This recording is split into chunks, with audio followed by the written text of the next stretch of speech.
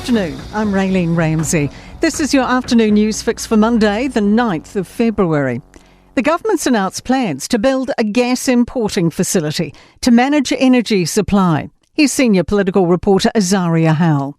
The government's progressing procurement for a Taranaki liquefied natural gas site, possibly operational by late next year. It has a short list of proposals and expects to sign a contract mid this year.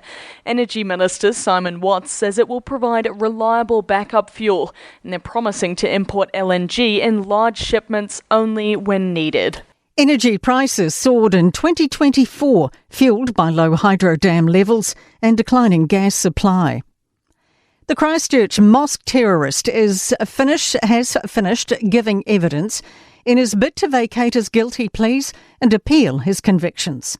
Brenton Tarrant claimed to a Wellington court he was essentially forced by imprisonment conditions into pleading guilty to murder, attempted murder and terrorism. He was jailed for life without parole in 2020. Emily Ansell is there. The terrorist says his mental health deteriorated in solitary confinement with no access to reading materials, to the point he didn't know himself or his beliefs. He says he couldn't have defended himself at trial as he intended and thought his conditions might improve if he pleaded guilty. Wellington's mayor wants no time wasted to probe the city's wastewater failure. Andrew Little will discuss the disaster at the Moa Point treatment plant with the Prime Minister and local government minister today. It could be months before affected areas are safe for swimming, with partially treated waste still pouring out to sea. Little says the sooner an inquiry's up and running, the sooner they find out what caused this failure and begin repairs. We don't want to repeat the mistakes of the past. If there are flaws or failures as a consequence of understanding the cause of this particular issue, then we need to build back plant in a better state. 5 people are injured, 3 seriously after a 2-vehicle crash about 2 in the Mackenzie Basin at Lake Oho Road, State Highway 8, between Twizel and Omarama. Wesley College, the country's oldest high school, has been appointed a limited statutory board manager after the Ministry of Education ordered it to close its hostels.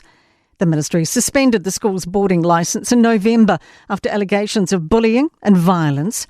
Kate Rickard reports. The statutory manager will take on the board's abilities to employ staff, set policies and procedures and manage communications. They may also advise on health and safety responsibilities. A separate probe was launched last year into claims of exorcism rituals involving students. A Māori man says a bone tissue transplant without his consent during wrist surgery went against his cultural and religious beliefs. Open Justice reports the surgeon wasn't aware of the patient's ethnicity. Danica McLean has more. Deputy Health and Disability Commissioner Vanessa Caldwell says culturally safe care is fundamental to achieving positive health outcomes for Māori. She's found the surgeon breached the Consumer Rights Code and recommended he apologise and audit all similar procedures in the past year. The surgeon has altered his practice to ensure he's aware of patients' cultural and religious beliefs. In sport, American Chris Gotterup has won for the second time this PGA Tour season, claiming the Phoenix Open in Arizona. New Zealand's Ryan Fox finished in a tie for 24th. Sydney Kings coach Brian Goorjian faces possible sanction over an expletive-laden spray in his side's Australian basketball win over southeast Melbourne. Australian sprint sensation Gout will not compete at this year's Glasgow Commonwealth Games, choosing to focus on the World Under-20 Championships that start just 3 days later. That is your latest news fix. We'll be back with the next update tomorrow morning from the Newstalk ZB newsroom.